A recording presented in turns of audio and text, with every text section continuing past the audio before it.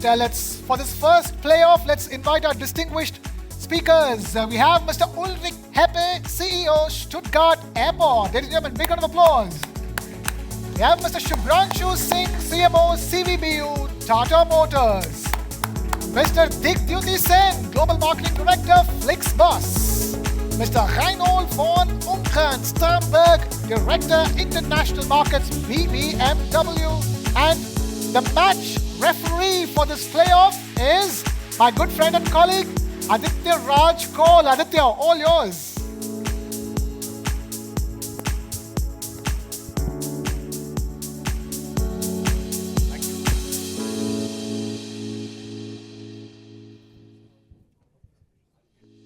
Thank you. Thank you so much. Well, I'm not going to sit at the podium. I'm going to join the audience here, right in between. And this is the first playoff of this season of the Global Summit that News9 has organized at Stuttgart. So thank you very much for joining us. You know, India and Germany have had, great relations.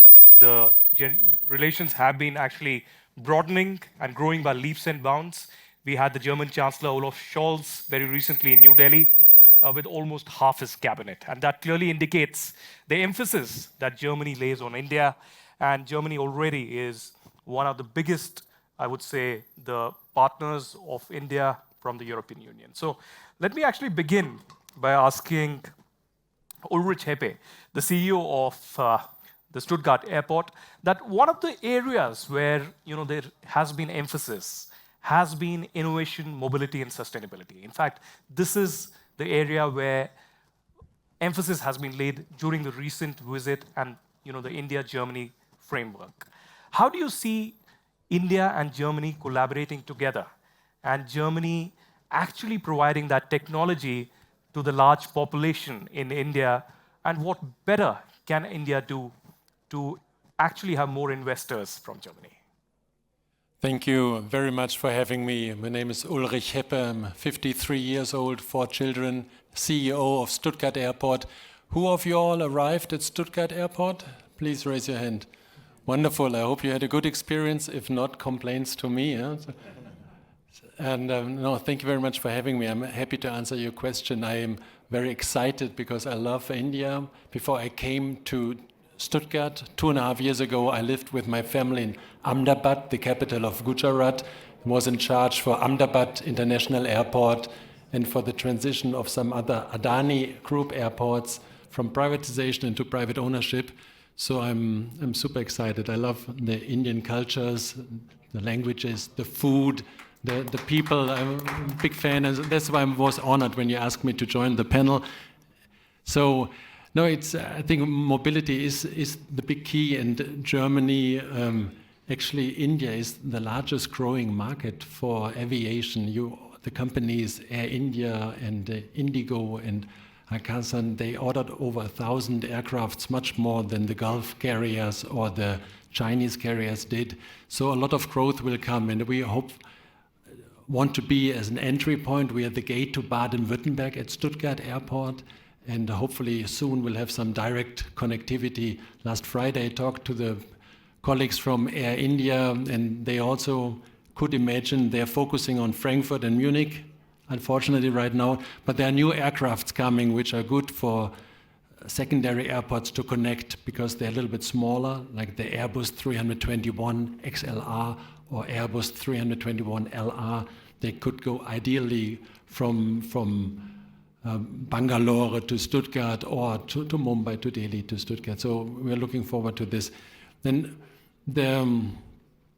I think both India, you have so much talent, so much well-educated people. The people I worked with in Ahmedabad, I was really impressed.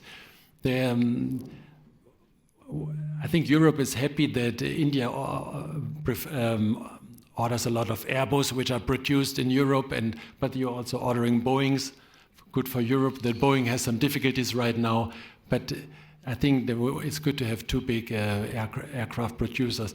For me, it's important that we get zero-emission flights. The industry wants to be without emissions by 2050, so the short distance should be electric.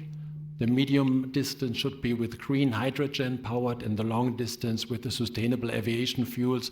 And India can be one of the major green hydrogen producer with all the solar energy you have and also wind.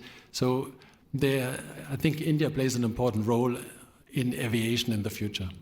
I think India plays a significant role, certainly, in the global economics today, one of the fastest growing economies in the world at present. Let me bring in Shubhranshu Singh, CMO from Tata Motors, who's flown down from India all the way. Shubhranshu, Make in India has been one of the primary projects of Prime Minister Narendra Modi, and people have been speaking about it, the kind of flexibility that it has brought in towards collaborations and, of course, productions that are happening in India. But for a German investor, for an investor perhaps from the larger European Union, how significant is Make in India? Do you also feel that there needs to be an understanding of the local tastes, and perhaps the investors need to mold themselves to the local environment and atmosphere? Yes, thank you.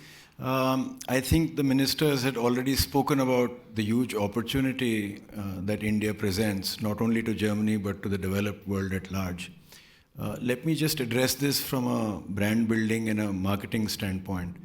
You see, India is a very large market, already the 5th largest economy by nominal GDP. We are 3.55 trillion. We have a 1.3 billion plus population. What we don't realize is how young and optimistic the country is in terms of demographics. So we are a median age of 28 years. 400 million Indians are yet not 20 years of age. So for the next, say, 50, even 100 years, the population increase in the world is going to come essentially from the developing markets. And when we say global or developed market, actually it is India and China put together, which is 2/3 out of every 100 people on the planet. So, and that is not going to change for a very long time. The second part of this youthful optimism is how they are responding to the market. And there, I think, whether it's Germany or the top 6 developed economies in the world, I think the important distinction that has to be made is the nature of the market opportunity. Developed markets are about very large GDPs comprised of very few consumers, each having a lot. Whereas an India market construct is again a very large aggregated GDP, but numerous people each having, relatively speaking, a little. So if you are in India and if you address, say, the top 10% households, by the way, India's urban population is about 500 million, 540 million or thereabouts. So half of a billion people live in urban India. So if you took 30% of those households, for example, you could quickly build a business of anywhere between 100 million to 500 million at average levels of profitability by global standards. But if you have to really become a vast business, then you have to go 1, even 2 levels below that, which means pricing comes into play. The 2 defining characteristics of Indian consumers vis-a-vis a developed market is that they're relatively less affluent, but equally savvy. And our last mile now is organized around the mobile phone. And so therefore, savvy consumers, very networked consumers, very informed consumers, but not very prosperous consumers yet. But then every $1 trillion that gets added to the economy or any 10 years that elapse will change the construct of the market a great deal. So the one prescription that I could make perhaps for German companies or developed countries per se is you have to be about the mass market. You have to think of new price points, new products, and new ways to the market. In India, the last mile is critical. And so if you are imagining that the rest of India will catch up and suddenly become developed overnight, then you will remain relatively small. But if you have the imagination to say, I will go 1 level, 2 levels, or 3 levels deep or deeper and change the model. So instead of saying this is the global model, I will wait for all in India to catch up to the global model. Instead of that, if they had the imagination to say this is a large market in aggregate, how do I serve it? What models are required? Then I think the sky is the lower limit. Well, certainly, the last mile is important. Certainly, let me get in Ungern Sternberg at this stage. You're director of the international markets of BVMW.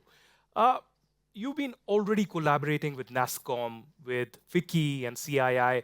Would you like to speak about that? Because small and medium markets are important. The small and medium companies are significantly important for India as well. What kind of an environment are you looking at in India and tapping the opportunity really in India? Well, yes. Today, the ministers, the ambassador, many people already have outlined that Germany and India are a perfect fit together because of common things and because of differences. So the consumer market we are talking about is something that, besides all our commitments to work together, has not been explored in its full stage, is even not started, this success story. But if we look in both markets and both countries, then we see that in India we have lots of consumer goods and also B2B producers who are B2B2C, producers of goods that are good for making consumer goods or services. And in Germany, the same. And in Germany, we have talked about the well-known brands like Porsche, Mercedes, here in this region especially. And the business our business association stands for is not just the SMEs, it's all family-owned businesses in Germany, right, all the Mittelstand. And it's based on the SMEs and the larger mid-caps and large family-owned companies that are the backbone of the German economy.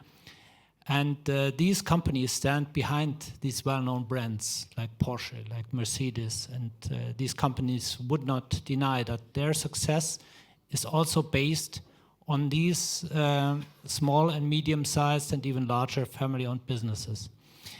And what we have talked about is that at the moment we still have these hurdles, the barriers of trade we try to overcome by getting this EU and India trade agreement done. It's very difficult, as we all know, but the way to go into the both consumer markets is to invest. So to go to India, the German SMEs, and we've heard about successful stories by the ambassador of companies who are going to India. And the other way to Germany is even not so complicated because we have in Germany a lack of talents on the one hand side, but we have increased by far the numbers of students and people coming here to Germany.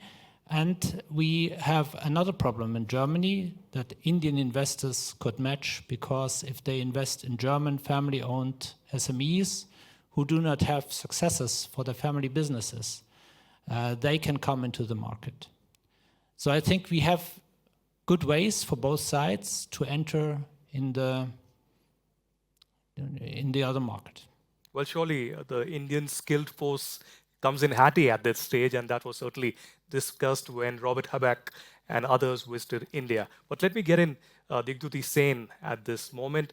Indian travelers have been traveling with a vengeance post-COVID, post the pandemic. And you've been providing quality travel. You've been providing technology. Would you like to replicate your successful model in India? And also, Indians, particularly the youth, which constitutes probably 35 to 40% of the population currently, are also investing, are also actually do want luxury. How do you make that happen? No, thanks for this question. I think let me begin by first saying, I think as an Indian living in Germany, I was listening to our honorable speakers earlier this evening. Everything we talk about India is in superlatives, and I couldn't help but feel very proud about it. over the last 10 years that I've been living away from India, a lot has changed. And I look back at this, the infrastructure, the GDP per capita, name it, and it has doubled or tripled. We only talk in orders of magnitude. What has also happened as a result of that is the hunger for travel, as you just mentioned, right? India is also one of those only few countries, or probably the only one that I know of, where the probability of travel, like people in their own admission, is higher after COVID than it was before. So more people are looking forward to traveling. And with the increase in affordability, the increase in earnings, there are more and more people coming in market to be wanting to travel. And I think maybe let's take a step back in terms of think of what Flix does in that setup, right? For the ones here in Germany, I think you're very familiar with Flix Bus, and if you're in Stuttgart, then the green trains as well. But just to put it into perspective, right? Flix transports about 80 million passengers a year around 43 countries. And I'm very happy to say as of 2024, also in India, right? We've just started operations in India. But what Flix brings to India is that global standard of collective sustainable mobility. We're bringing in the next millions of people who are willing to travel, and if not for anything but the sake of our all common future, I think there needs to be sustainable transport in the country. I think that's what Flix brings. Flix brings a consolidation and consistency to a highly fragmented intercity transport in India. But not just that. I mean, also thinking from what it means for brands across Europe and India. A very recent study from Deloitte and Google states, by 2040, India will be one of the largest, number 3, if I'm not wrong, in terms of outbound source of travelers. And for a lot of these travelers, Europe is going to be their first port of call. I think this is a great time for brands like Flix to build that bridge. When these travelers are ready to travel to Europe, travel around the world, the green buses and trains will be a familiar face wherever they go. So I think all in all, I would say Flix is here to transform the intercity bus market in India, bringing in collective, sustainable travel for a lot of people who are now looking to, enjoy this new form of life and leisure that they're looking forward to. Well, excellent. We are at the MHP arena, and we are not following the traditional way of debating and having these panel discussions. So this was the kickstart. And me, as the referee, am now calling questions from the audience. And this is a special segment. Any questions from any of the participants who are present here, who want to ask the 3 leaders from India and Germany on the way forward?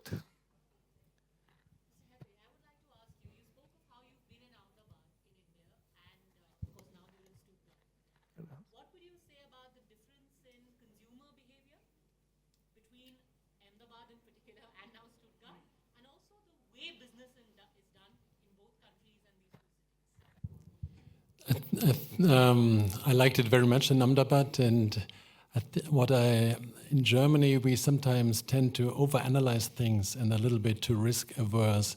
And my colleague in Ahmedabad, they were always, let's go for it. No, we do it, we get it done. So this spirit the Germans can learn doing business from our friends in India. I think consumer behavior and the young generations, it's not so different. I have a 15-year-old daughter, a 19-year-old daughter, and also an 8-year-old daughter and a 5-year-old boy.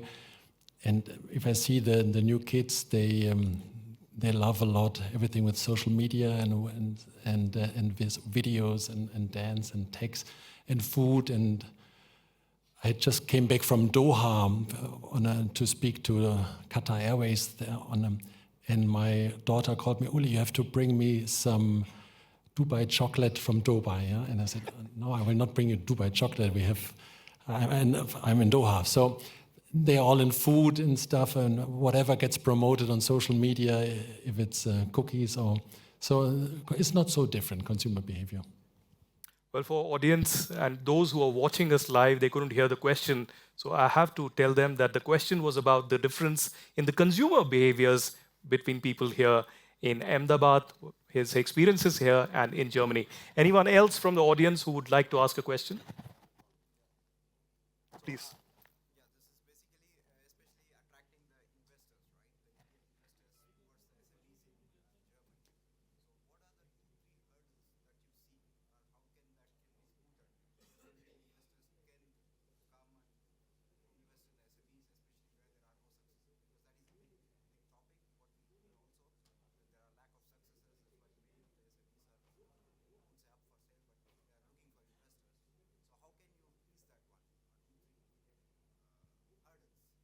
Mr. Sternberg, what are the 3 top hurdles that you face while investing in India, and how do we overcome that? Yes, thank you for the question. So the 3 top hurdles for investors from India and Germany are there's no transparency in the market where to invest in. This is combined with the situation that in Germany, if you want to start a business, of course, this is a market that's already, it's not a growing market, so you have competition. So if you want to go into the market, you need to know where your opportunities lie and with whom you can partner, or which company you can take over or invest in. So, and this is something you need a network of trust. So you can approach embassy, you can approach institutions that give you a bit of insights in how to go into the German market. But then you need the contacts and you need this networks of trust. And this is what we are very much working on, because our association has been founded 49 years ago, and we have partners, as mentioned, in India, which are FICCI, CI, and NASCOM, and we are having roadshows in Germany. We are traveling, we are bringing our business people together with the Indian business people, and I don't recall one of these meetings where this question has not been discussed. And this is where people meet and where people come into contact with each other. And I want to introduce my colleague Daniel Raja, which is present here. He's the driver of all these contacts between the Indian associations and our business people. So we can just continue here after this talk. Well, certainly we can. One of the good things that has happened is that the intent is turning into outcomes in the recent years. And I want to quickly go to Shubhranshu here. One of the areas that we saw recently being discussed between Olaf Scholz and Prime Minister Modi was about a large amount of Indian skilled force, the workers actually going from India to Germany. The numbers could be to the range of 90,000 to perhaps 200,000. How do you see they helping the German economy grow as well? Because they bring in talent, they bring in innovation, they bring in this entire gamut of mobility, sustainability that we are talking about, a renewed push in that sector. Well, I must firstly confess it is not really an area of expertise for me, but I can venture a good enough guess, because in my sector, in the automobile and automotive space, it is well known that where we are sitting today is really the heartland for European automobile industry, and there is a lot of innovation that gets percolated both ways. And I think if you look at the spread of skill sets that are available now in India and the general change in demographics in Europe, in Germany, with the aging population versus a very youthful, skilled population in India, I think that exchange is natural. But if I may take the liberty of adding to your question, one of the things which happens conversely is that when folks come into India, they imagine that there is going to be an inflection point based on per capita income, for example. So, everything will start happening after $3,000 or whatever. That's not the way the world works today, because in India, all of these skills have developed on the back of domestic players who have innovated to fill the gap. Because if there is market opportunity, it's not going to wait for a multinational to come in and provide them valuable but price-effective solutions. So a lot of our skill sets are happening. In India, we have a word for it. It's called jugaad, or innovation on the fly, and that has provided us with a very robust toolkit, no matter what the situation is, to be able to innovate. And I think that, married to first world infrastructure, is a wonderful thing, which is also a talent magnet.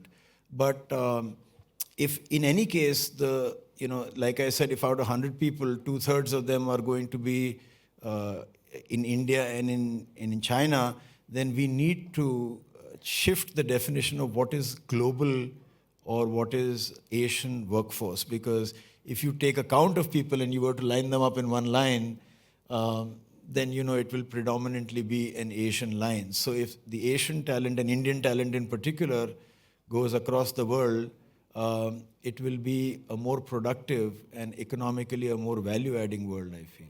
Well, we are out of time, but is one last question by Mr. Sri. Yeah. Thank you to the moderator.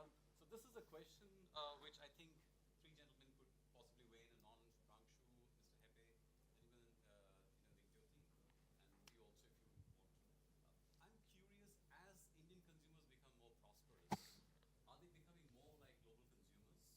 Or do you see fundamental differences in terms of their consumption habits, their approach to spending, or even in terms of what they value and don't value? So are there any experiences that you would like to share with this audience about how are these consumers different despite maybe a convergence in terms of economic In my opinion, this philosophy that, there's an ugly duckling which will mutate into a beautiful swan is actually, in my opinion, not correct thinking. Every tier of Indian consumption is booming, but it's booming in its own unique way. So you have to understand the DNA of that demand. And secondly, the leapfrogging that has happened in India, people don't go back. So if, say, if we are roughly in parts of India where Poland was 15 years ago or Mexico was 10 years ago, the consumer of today is not going to consume the way 10 years ago Poland was consuming. So if you asked an Indian kid today that, don't play games on your smartphone, instead prefer to buy Scrabble or Rubik's Cube because, hey, that was popular in America 30 years ago, it's not going to happen. If you told an Indian consumer today to get into line to get a landline phone, he's not doing that. They're all leapfrogged to cellular technology and so on and so forth. So I think time and tide wait for nobody. And if, it is actually lazy thinking, lack of ambition to say this is our model and we'll wait for Indian consumers to catch up. And so if you're doing that, then, I'm reminded of Shakespeare who said, the fault is not in our stars that, we are underlings, but in us, or I think I murdered Shakespeare, but something to that effect. The fault, dear Brutus, is not in our stars, but in ourselves that we are underlings. So Well, on that note, I will have to end it here. Thank you very much. I think Suzanne has a question, but I would request her to ask outside. Thank you very much, Mr. Shubhranshu Singh, Mr. Sternberg, Mr. Sen, and Mr. Hepe for joining us at the first ever News9 Global Summit. Thank you.